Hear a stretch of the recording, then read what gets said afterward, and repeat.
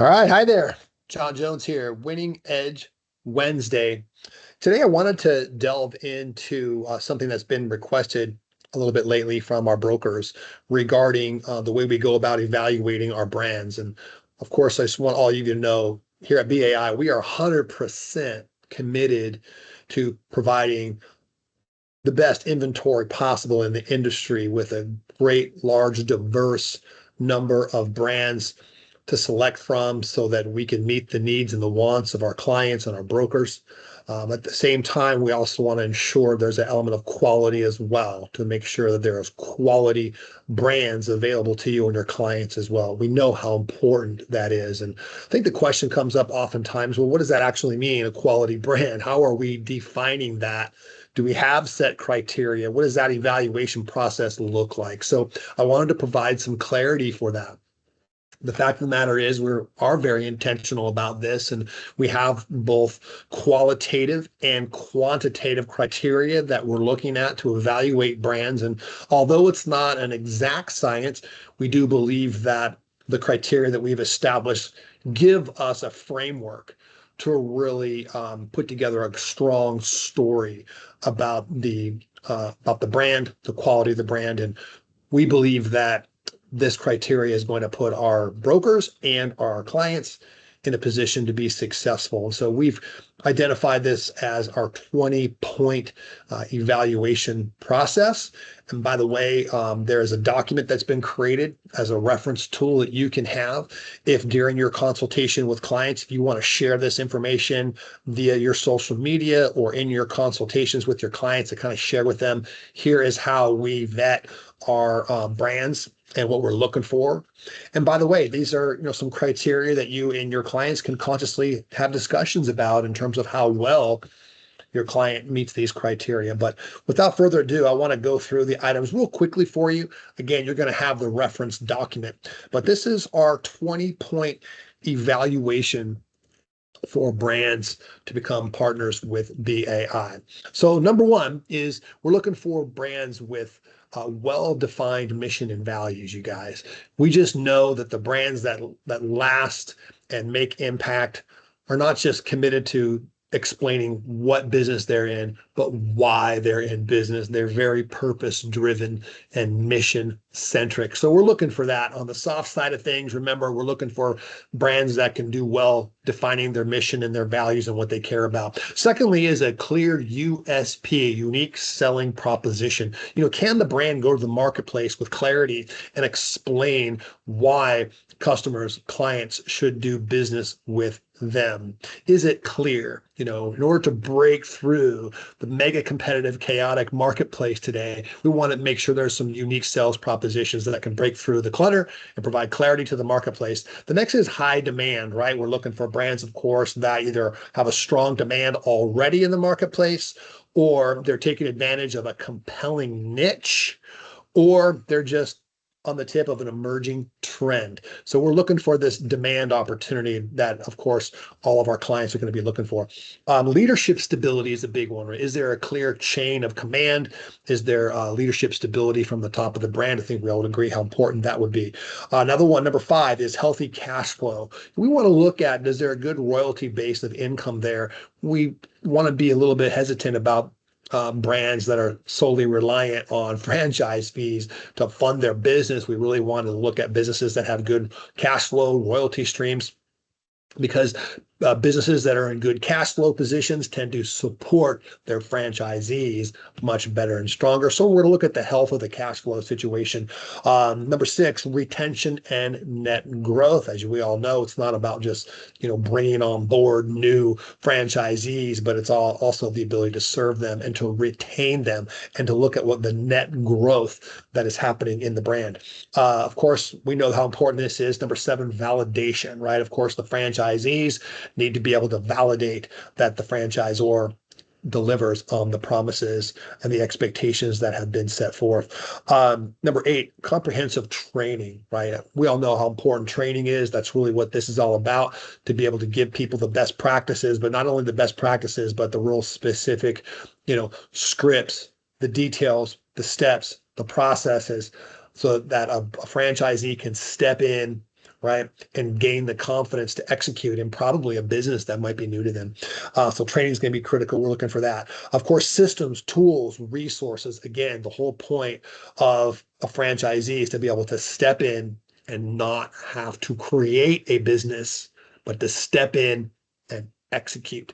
So we want to make sure those items are there. Is there systems in place? Are there processes in place that such that they're well developed so that the franchisee can step in and know that they have the confidence in these systems and all they need to do is plug and play.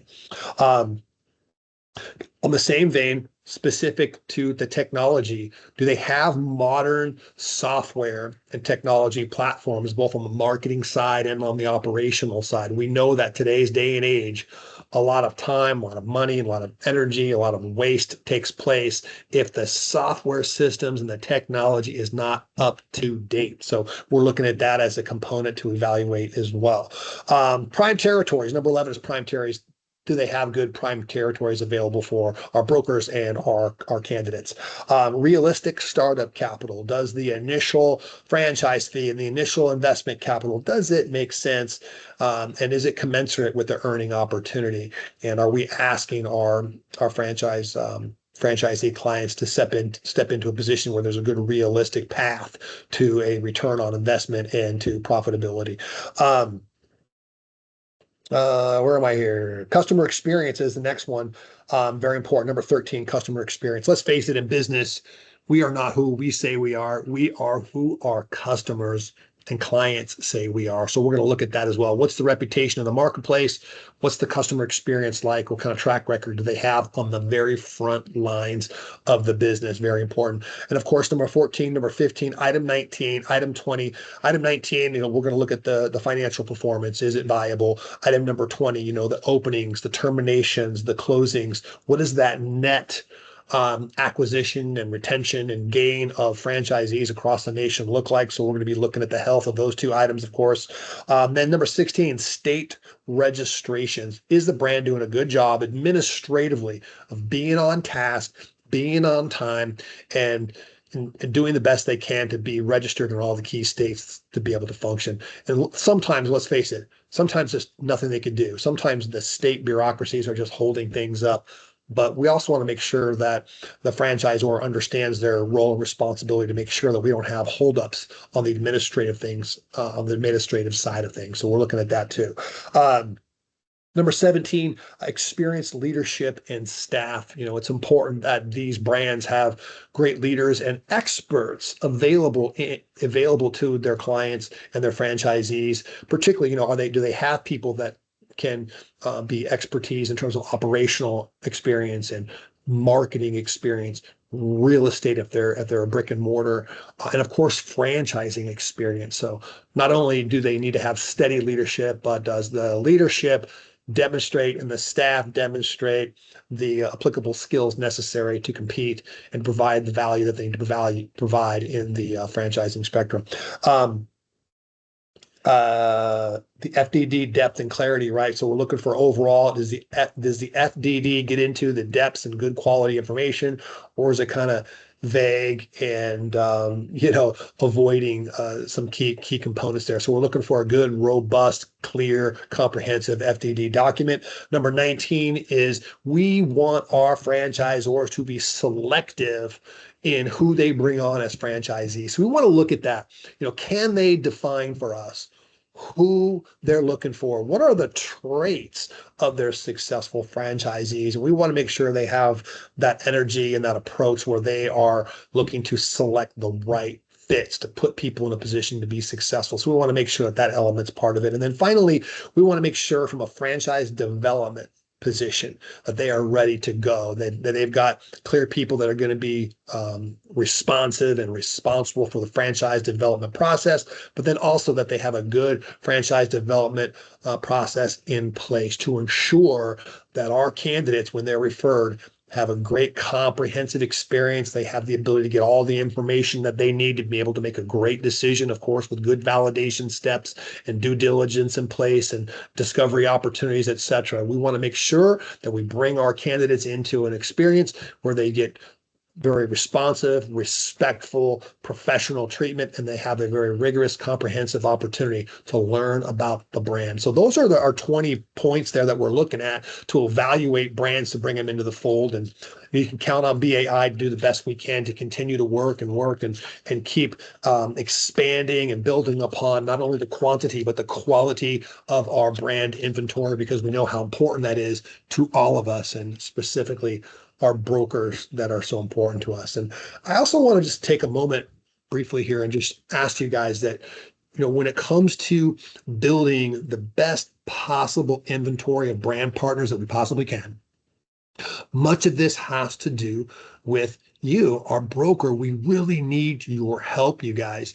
When our franchisor partners are investing in our membership and registration, of course, they're looking to get deals, but above that, they're really looking to be able to have access to really good brokers. That's what we're doing. We're giving them access to our broker network, which are well-trained, highly professional, ethical people like all of you. You are the value. And so we're giving these brands access to you first and foremost. And of course, the way you can bring heightened value to that is by your engagement. So we really need you to do that, really make a conscious effort now to engage at an even higher level than you were before.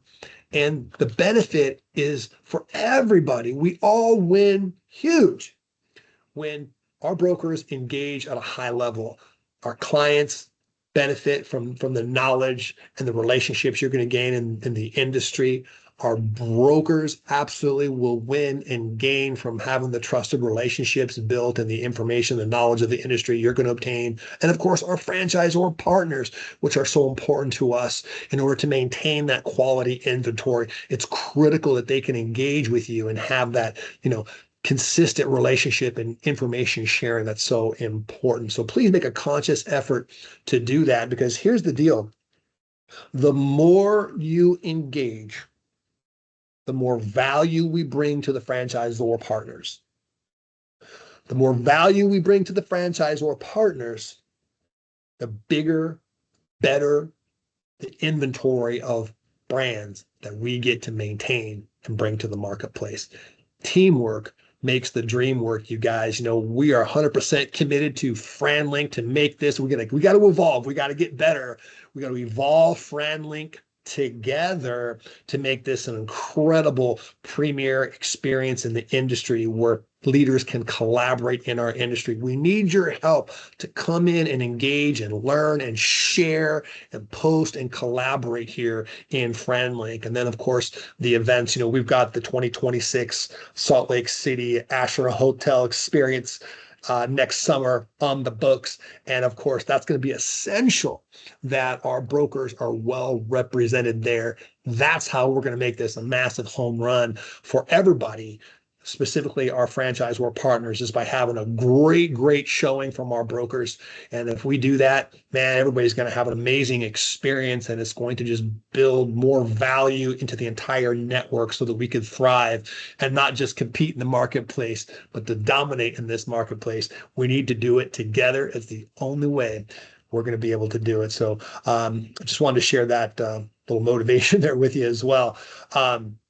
This document, 20-point evaluation, is going to be available to you. I'll make it available here, attach it to this posting. And of course, we'll make it available on FranLink. It was something that was been requested from our brokers. And so very much wanted to provide this document to you to be a reference tool for you to use as you see fit. So you guys, thank you so much for your engagement and for listening to today's video. Look forward to the next time. Have a great day, everybody.